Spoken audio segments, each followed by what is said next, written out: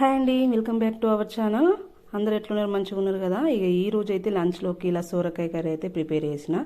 సోరకాయ కర్రీ అంటే చాలామంది ఇష్టపడరండి, కానీ చాలా లేతగా ఉన్న సోరకాయ కర్రీ అయితే చాలా టేస్టీగా, కొంచెం స్వీట్నెస్ కలిపి చాలా బాగుంటుంది. కాబట్టి నేనైతే ఈ వీడియో అయితే మీకు షేర్ చేస్తాను.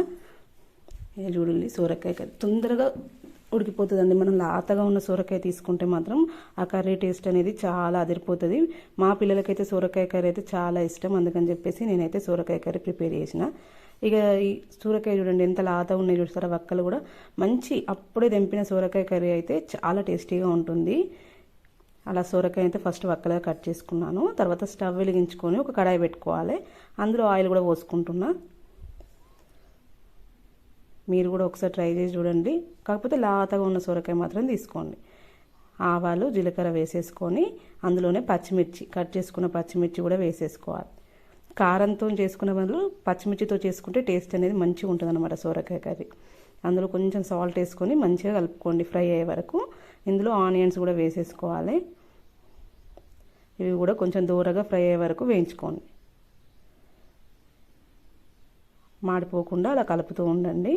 ఫస్ట్ అయితే మనం సొరకాయలని ఒకసారి మంచిగా కడుక్కుందాం. కట్ చేసుకున్న తర్వాత కూడా ఒకసారి కడుక్కున్నాం అనుకోండి ఫ్రెష్గా ఉంటాయి. తర్వాత ఇక చూడండి, ఇవైతే వేగిపోయినాయి.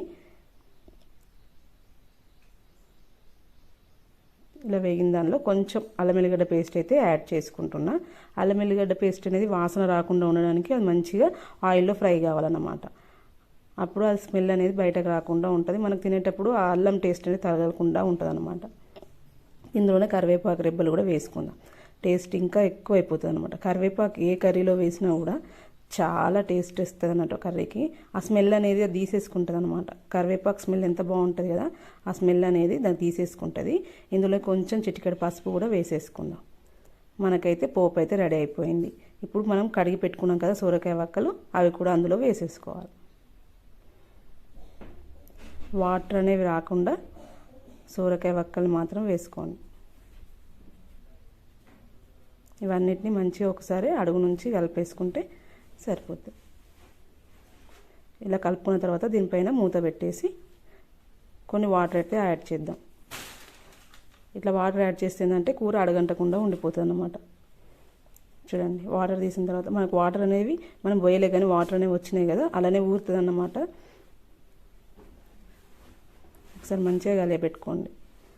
10 మినిట్స్లో ఉడికిపోయిందండి సొరకాయ అయితే.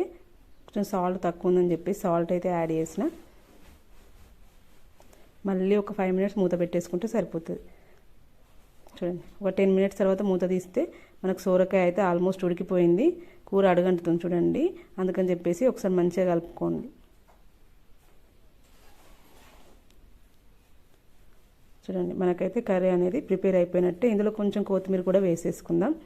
ఏ కర్రీలోనైనా కొత్తిమీర అనేది మస్ట్ కదండి, చాలా టేస్టీగా అయిపోతుంది కర్రీ. కొత్తిమీర వేస్తే మనకు హెల్త్కి కూడా చాలా మంచిది. కాబట్టి మరీ ఎక్కువ వేసుకోకండి, నార్మల్గా వేసేసుకోండి. వేసుకొని ఒకసారి కర్రీ అయితే మొత్తం కలిపేసుకోండి. చూస్తున్నారు కదా, సొరకాయ మంచి కలర్లో సూపర్గా వచ్చిందండి. దాని స్మెల్ కూడా మస్తు వస్తుంది. సొరకాయ ఉడికేటప్పుడు దాని స్మెల్ కూడా మంచిగా వస్తుంది. చపాతీలోకి అయితే ఈ కర్రీ సూపర్గా ఉంటుంది సొరకాయ కర్రీ. చూసారు కదా, మీకు దగ్గర నుంచి చూపిస్తారు చూడండి. కర్రీ అనేది వాటర్ అనేది ఏం లేకుండా చూస్తారా మొత్తం మిగ్గిపోయింది కదా. ఇప్పుడు మనం స్టవ్ ఆఫ్ చేసుకుంటే సరిపోతుంది. మొత్తం ఆయిల్ అనేది పైకి మనకు తేలుతుంది, చూస్తున్నారు కదా. అలా ఆయిల్ అనేది వచ్చేటప్పుడు మన కర్రీ అనేది రెడీ అయిపోయినట్టే.